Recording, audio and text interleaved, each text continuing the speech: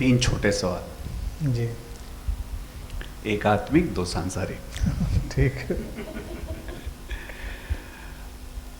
और खास करके ये सवाल हो सकता है उन लोगों के लिए भी होगा जो वानप्रस्थ की एज में जी। आ चुके हैं। जैसा कि मैंने कल कहा था कि 35-37 साल से जो फ्लर्टिंग चल रही है, अब लगता है कि फ्लर्टिंग है, प्लंज नहीं हुआ। कहीं संसार और अंदर दोनों संभालने में ये स्थिति आई है। तो क्या ऐसा कुछ है कि अभी इस स्टेज पे आकर के कुछ इसको रैपिड मोड में या फास्ट मोड में या कैसे किया जाए कि ताकि ये प्रोसेस, समय वैसे भी कम है, पता नहीं कितना कम है वो तो जानते नहीं, लेकिन कम ही है। कोई नहीं जानता, बिल्कुल। पहला सवाल। बिल्कुल। दूसरा सवाल ये है, यहाँ दिन भर जो होता है मुझे 4 जगह रिपोर्ट करना होता है, तो उसमें से एक जगह जहाँ रिपोर्ट होता है वहाँ से ये सवाल आया है, जो कल दीक्षा की बात हुई थी। तो हालांकि बहुत सारी बातें आपने बहुत सारी स्पष्ट भी की थी कि कहानियाँ बहुत हैं, कल्पनाएं बहुत हैं, लेकिन बहुत सारे ऐसे हिस्टोरिकल इंसिडेंट्स हैं जिसमें सबसे अधिक मशहूर विवेकानंद और रामकृष्ण की है कि क्या कोई गुरु दीक्षा के माध्यम से, कृपा के माध्यम से, ग्रेस के माध्यम से, ऑफ कोर्स पात्रता का सवाल तो होगा, लेकिन क्या कुछ ऐसा कर सकता है कि जिससे उस सारा का सारा प्रोसेस एक्सपेडाइट हो जाए। तीसरा सवाल बहुत सांसारिक है। जब से 2-3 महीने से हम आपको सुन रहे हैं, और तो हम 2 दोस्त हैं, एक मैनेजमेंट के प्रोफेसर हैं, दिल्ली में वो आना चाहते थे, नहीं आ पाए। तो आज हमने उनसे कहा कि अगर कोई प्रश्न हो तो पूछिए। तो बाकी तो सब सुन रहे हैं वीडियोस, बहुत ही सांसारिक प्रश्न है। उनको ऐसा लगता है कि उनके लड़की और दामाद उनके ग्रैंड चिल्ड्रेन का ठीक से पालन पोषण नहीं कर रहे हैं, जिसके नाते उनको बहुत ही आत्मिक कष्ट होता है, बहुत ही इमोशनली, क्योंकि वो दोनों नौकरी में हैं, सर्वेंट्स के ऊपर छोड़ा हुआ है बीच बीच में, और बच्चे इनसे जब मिलते हैं तो चिल्लाने लगते हैं कि नानू हम आपके पास क्यों नहीं रह सकते। प्रोबेबली वहाँ उनको ऐसा लगता है। तो प्रश्न ये है कि इस कष्ट से कैसे निवारण हो। बहुत ही एक ये भी है जी कि हम लोग ये मान करके चलते हैं कि गुरु जी हर चीज़ का सॉल्यूशन बताएं। बिल्कुल बिल्कुल। गुरु जी का तो देखिए हाल है, वो हमने बंद कर दिया है वो तो। frankly speaking, I didn't expect this question from him to be asked here. ठीक है, नहीं इसका आंसर मैं अपने टाइप का दे दूंगा, उनके काम आ जाएगा। तो हमको तो एक बार, और बड़ी दूर दूर से लोग, अभी आपके तीनों क्वेश्चन पे आते हैं, उसका एक फ़नी इंसिडेंट बता रहे हैं, रियल। उन इंसिडेंट पे भी कभी सोचता हूँ मैं नरेट कर दूंगा, किसी किताब लिखनी हो तो लिख लें, बड़ी फ़नी रोचक किताब बन जाएगी। दूर से यूएस से लेडी आई थी, तो उनको गुरुजी हैं, गुरुजी। तो पहली मुलाकात में जैसे मैंने नमस्कार किया, वो खड़ी हुई, कहली गुरुजी पेट दर्द का भी कुछ बताते हैं। और मैं शॉक्ड रह गया। मैंने कहा कोई मुझसे ये क्वेश्चन करेगा कि पेट दर्द का भी बताते हैं। तो एनीवे लोग तो आज़ाद हैं कुछ भी पूछें, लेकिन वो क्वेश्चन बुरा नहीं, उसको क्वेश्चन को समझा जा सकता है। लेकिन पहला क्वेश्चन आपका कि जब हम वानप्रस्थ, अपने भारतीय परंपरा के आइडियल उसको अगर देखें कि हम वानप्रस्थ को टच कर गए हैं या उसमें एंटर करके मूव कर रहे हैं, तो हमारे पास उसी गणित के हिसाब से देखा जाए तो 4 दिन भी नहीं, 2 ही दिन बचे हैं, और 2 दिन में भी गारंटी नहीं तो 1 ही दिन मान के चलना चाहिए। वैसे तो पता ही नहीं कल क्या होने वाला है। तो थोड़ी स्पीड अगर बढ़े, ये सबकी डिज़ायर होती है कि कोई चीज़ें जो हम किनारे किनारे से चल रहे थे बहुत, उनको हम कैसे स्पीड दे सकते हैं और क्या दी जा सकती है, या वो हैपनिंग की तरह ही होगा। यहाँ पर बहुत ही स्पष्ट एक उत्तर है जिसको आप अगर समझेंगे तो बिल्कुल ही क्लियर समझ में आएगा कि even arising of this question is the part of that speedy process. अगर वो स्पीड में नहीं जाना है तो वो स्पीड वाला प्रश्न भी हमारे अंदर जागृत नहीं होगा। इसका मतलब अस्तित्व ने हमको कुछ मोड़ने की तरफ कदम बढ़ा दिए हैं। जागृति तो किसी की भी व्यक्तिगत होती नहीं, वो एक इम्पर्सनल इवोल्यूशन है, अवैयक्तिक विकास चल रहा है, जहाँ पर कुछ शरीर मन में वो जो लिबरेशन है, मुक्ति है, या जो भी कहें वो घटना घटती है। यूं स्पष्टतः उसमें कोई भी व्यक्ति कुछ कर नहीं सकता, वो मुड़ता जाएगा। लेकिन क्या ये प्रश्न कीमती नहीं होते हैं? क्या ये हमारी संवाद ये होता है इसलिए क्योंकि ये भी उसी का हिस्सा है। अगर अस्तित्व की उसमें रुचि नहीं तो ना आप यहाँ आएंगे, ना आप ये प्रश्न पूछेंगे, ना वो उत्तर आएगा। इसका मतलब है कि हमारा कोई फोकस मुड़ने लगा है। अब जब मुड़ने लगा है तो उस पर और अपने फोकस को बढ़ा लेना, जो कि हमारी चॉइस में है, वो किया जा सकता है। ये मनन, अगर हम ये मनन ही अपने अंदर करने लगते हैं, यानी कि कंटेम्पलेशन अपने अंदर हम कर रहे हैं कि ये समय बिल्कुल ज़ाया ना हो, बेकार ना हो, तो हम अपने आप बहुत सारी चीज़ों को गिरते हुए, विड्रॉ होते हुए देखेंगे और बहुत सारी चीज़ें पकड़ में आएंगी। फॉर्चुनेटली इस शिविर में देखिए हमने ना करने वाला ही सारा मोड रखा, जो ध्यान भी हैं वो भी ना करने जैसे ही हैं। लेकिन जो ये ना करने वाले ही ध्यान हैं कुछ, चाहे अलाइवनेस वाला हो, चाहे वो वेयर एम आई या वगैरह वाला जो भी हाँ, ये आज वाला, इन चीज़ों को हम अगर अपने डेली रूटीन में ज़्यादा से ज़्यादा अप्लाई करते चले जाएं तो इंटेंसिटी, स्पीड निश्चित ही बढ़ेगी। देखिए, दो कंडीशंस में इंसान का जो बेकार का हिस्सा है वो गिरता है। बहुत प्रैक्टिकल आप उस चीज़ को समझिए। आप बहुत बीमार हो, ज़िंदगी आपके हाथ से लगे फिसलने वाली है, आप बेड पे हैं, तो आपका नेचुरल फोकस बड़ी कम बातों की तरफ चला जाएगा और ज़िंदगी में भी आप बहुत कम लोगों की तरफ मुखातिब हो जाएंगे जो ज़िंदगी में आपके सचमुच में कोई अहमियत रखते होंगे, या वो बातें जो आपके लिए मूल्यवान होंगी। बेकार की कोई बातें नहीं कि जमुना में झाग बन गया कि नहीं बन गया, और चुनाव में कौन जीता नहीं जीता, हमें कोई मतलब नहीं, को होए न हमें कहानी, ये वाली चीज़ में हम पहुंच जाते हैं बीमारी वाली कंडीशन में। इवन आप देखिए अपनी फैमिली में भी, अगर हमारी फैमिली में के 10-15 मेंबर जिसके जैसे भी विस्तार हो, उसमें भी हम 1-2 की तरफ मुखातिब हो जाते हैं कि भाई ये हमारे पास बैठ रहे तो अच्छा लग रहा है, बाकियों को हमें नहीं अच्छा लग रहा है। इसी की 180 डिग्री की दूसरी स्थिति हो सकती है जब बीमारी में हमारी जो वाइटलिटी है, लाइफ है, डिके की तरफ है।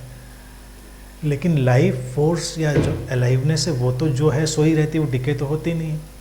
तो अगर हम अपनी बॉडी से हट के अपनी अलाइवनेस के फिनोमिना की तरफ ही शिफ्ट होने लगते हैं धीरे धीरे, तो फिर एक फिल्टरिंग हो जाएगी हमारी लाइफ में। क्योंकि अब ये 180 डिग्री पे, एक है डिके होने का प्रोसेस, एक है ज़्यादा इंटेंसिटी का प्रोसेस। तब भी आप उन्हीं चीज़ों की तरफ ध्यान दे पाएंगे जो ज़्यादा ज़रूरी हैं, ज़्यादा काम की हैं।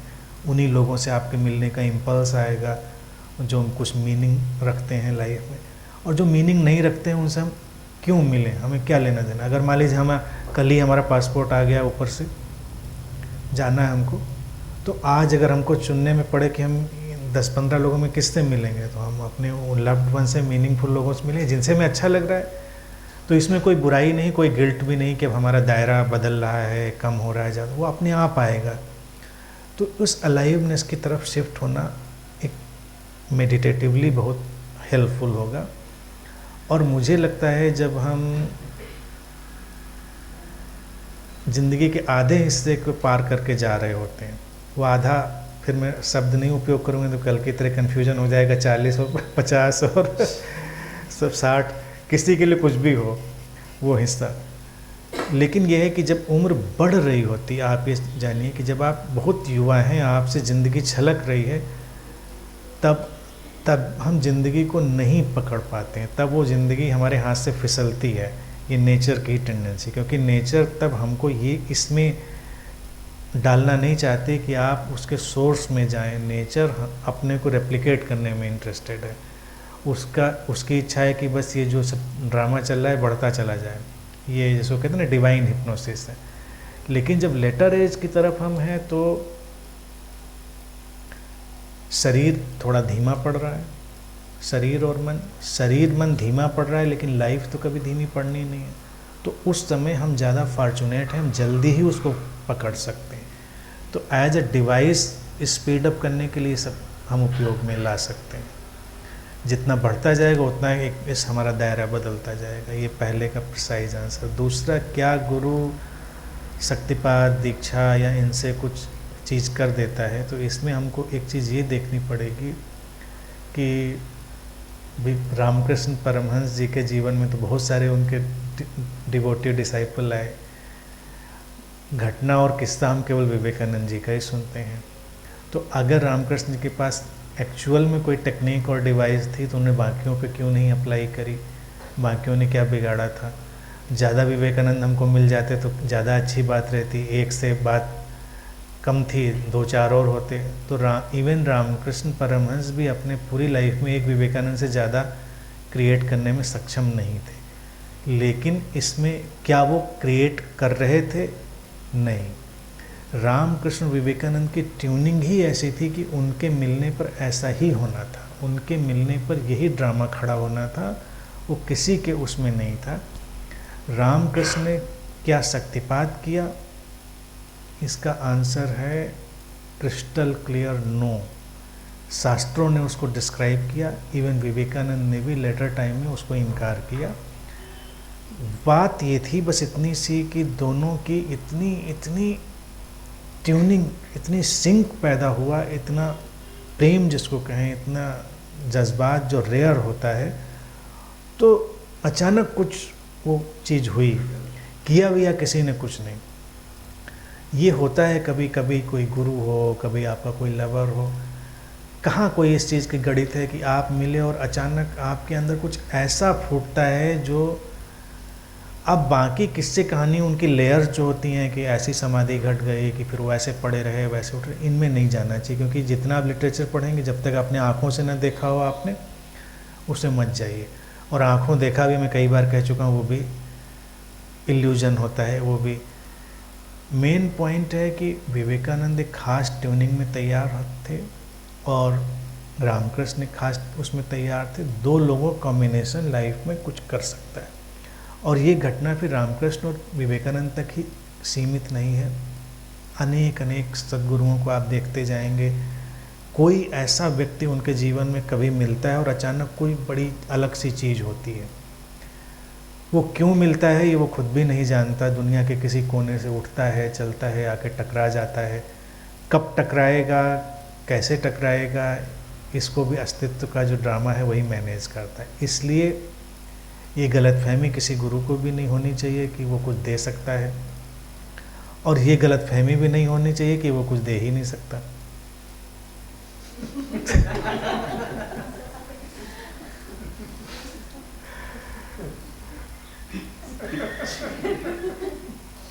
एक जर्मन राइटर ने, आई एम इंटरप्टिंग, ठीक है, व्हाटएवर यू से of India the opposite is also true.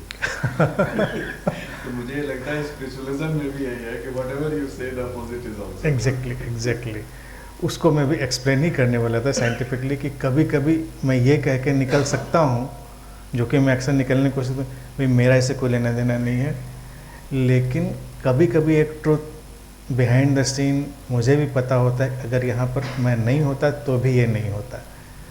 लेकिन एग्जैक्टली मैंने किया है ऐसा नहीं है, ये हम सबका एक कॉम्बिनेशन है। इसीलिए मैं उसको रेनबो इवेंट कहता हूँ कि कई फैक्टर्स जुड़ गए हैं, एक फैक्टर भी वहाँ से हटाएंगे तो घटना नहीं होगी। तो फैक्टर सारे इम्पॉर्टेंट हैं, कोई करने वाला नहीं है, लेकिन फैक्टर सारे जुड़ते हैं। अब वो अस्तित्व कैसे जोड़ देगा वो एक अलग बात है। इसका बस एक लाइन की बात, फिर आपके उस क्वेश्चन पे आते हैं मित्र के। देखिए, और मास्टर्स की घटनाएं तमामों हैं, लेकिन जैसे अरविंद की, श्री अरविंद की बात देखें, उनकी लाइफ में जब वो आती हैं मीरा, मीरा अल्फाशो, जिनको मदर की तरह से लोग जानते थे। कहाँ फ्रांस में एक महिला, कहाँ एक ये रिवोल्यूशनरी व्यक्ति, कोई ऐसे उनका तुकतान नहीं बैठता, लेकिन नेचर ने कुछ ऑर्केस्ट्रा अपना डिज़ाइन किया हुआ होता है कि उनकी एंट्री के साथ ही सारा सीन बदल जाता है। और जो उन्होंने कंपैशन और केयर शुरू की, उसी से उनका नाम मदर पड़ गया। और अरविंद को आज दुनिया अगर जानती है तो केवल उनकी वजह से। अगर वो ना आई होती तो अरविंद एक साइलेंस में अपने कमरे में बैठे हुए चले गए होते दुनिया से, उनको कोई नहीं जानता। वो इतने साइलेंट हो चुके थे, इतने साइलेंट हो चुके थे कि वो किसी से बात करने के लिए, लेटर टाइम वो किसी से बात नहीं करते थे। सारे जो कम्युनिकेशन कन्वर्सेशन है वो मदर के ही हैं। तो जो एक कल भी एक क्वेश्चन आया था कि महिलाएं क्या करती हैं, पुरुष क्या करते हैं, तो एक फैक्ट है कि कोई स्पिरिचुअल रेनेसां, कोई ट्रांसफॉर्मेशन का प्रोसेस कई बार मेल बॉडी माइंड जनरेट तो करता है, लेकिन उसको नर्चर करने के लिए हमेशा कोई ना कोई फीमेल क्रिएट हो जाती है, नेचर क्रिएट कर देता है उसको, क्योंकि वो भी एक तरह का मदरहुड है। एक आइडिया को, एक मोमेंट को, एक उसको नर्चर करना, तो वो एक कॉम्बिनेशन है, उसमें हमको जाना नहीं कहाँ क्या कैसे होना है। बच्चे का ग्रैंड सन का जो भी है वो चाइल्ड, उसका ख्याल रखना ना रखना, इसमें देखिए 2 पॉइंट हैं। उनको भी ये नॉन डूअर फिलॉसफी समझनी पड़ेगी कि अल्टीमेटली देखिए बच्चे के पेरेंट्स तो वही हैं जो उनके बच्चे हैं, जिम्मेदारी उनकी है और उनके अपने मोह और उनके अपने पॉजिटिवनेस भी होंगे। तो उनके चाहने से भी वो उनको छोड़ने वाले तो हैं नहीं। कि बच्चे भी टेम्परेरी ही बात करेंगे कि हम आपके यहाँ क्यों नहीं रह सकते, वो भी ज़्यादा दिन रहेंगे नहीं, ये भी एक बिटर ट्रूथ है। क्योंकि वो उनको एक चेंज के लिए लगता है थोड़ी सांस आई, लेकिन उनको जो सब कुछ अपने पेरेंट्स से मिल रहा है एक्चुअली उनको यही चाहिए। लाइफ की रियलिटी है वो आगे ही जाती है और पीछे नहीं जाती है। लाइफ हमेशा आगे जा रही होती। नई पीढ़ी पुरानी पीढ़ी के कंधे पे बैठी है और जो और पीछे का कंधा है और पीछे चला गया है, तो ये कंधे शिफ्ट होते रहते हैं जनरेशन्स के। यहाँ पर क्या है ना कि उनका अपना आइडिया, अपना सेटलमेंट, अपनी मेंटल पीस, वो शायद उनके बच्चे के लिए बहुत हेल्पफुल भी हो सकती है। उनकी एंजाइटी हो सकता है बच्चों जो भी हैं उनको डिस्टर्ब भी कर सकती है। अब यहाँ पर 2 विकल्प प्रैक्टिकल, जैसे प्रैक्टिकल क्वेश्चन, तो प्रैक्टिकल उसका आंसर ये कि उनके पास विकल्प क्या है। उनके पास विकल्प है बच्चों को अपने पास रख लें। एक विकल्प है वो क्या कर सकते हैं, तो वो जो कर सकते हैं उनसे जो बन पड़ता है वो करते रहें अपना। और प्रैक्टिकली जो चीज़ पॉसिबल नहीं है उसमें अपना दिमाग लगा के अपने को एंजाइटी देने से कोई फ़ायदा नहीं। अपना खुश रहिए और सिचुएशन अच्छी है या बुरी है इसका इंटरप्रिटेशन आप इतनी जल्दबाजी में करिए नहीं। कई बार जिसको आप समझ रहे हैं कि सिचुएशन अच्छी नहीं है, बच्चों के लिए हो सकता है वही सिचुएशन बड़ी अच्छी हो। बच्चों के डायरेक्ट पेरेंट्स जो हैं वो उनका ख्याल नहीं रख रहे हैं, 2 बातों से तय होगा। वो टाइम नहीं दे रहे हैं, इससे तय नहीं होगा। कंसर्न है कि नहीं, वो अगर कंसर्न है पूरी तरह से उनकी वेलबींग के लिए और अपना पूरा ध्यान रखने की कोशिश कर रहे हैं, उनके अपने प्रोफेशनल ऐसे बंधन हो सकते हैं कि नहीं कर पा रहे हों, तो उनका कंसर्न ही बच्चों को गवर्न करेगा। मेन चीज़ ये है। और मैंने ये देखा है कि ऐसी कंडीशन में बच्चे जल्दी मैच्योर हो जाते हैं, वो जल्दी परिपक्व हो जाते हैं, बल्कि ये तो अच्छी बात है, जल्दी चीज़ें सीख जाते हैं।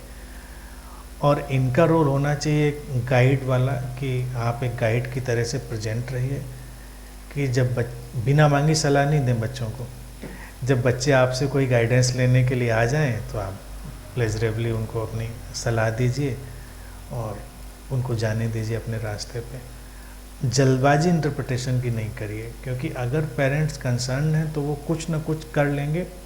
और सीन क्या होता है ना इसमें, जो ये तीसरी पीढ़ी हो जाती है, तीसरी पीढ़ी अक्सर बहुत दुखी रहती है, क्योंकि उनको पहले समझता है हम इनका ख्याल कर लें, और बच्चे बिल्कुल पॉलिटिशियन जैसे होते हैं, एकदम पलट जाते हैं, क्योंकि उनको सारा जो संसाधन और इवन अफेक्शन की भी देखिए एक एक्सपायरी डेट है।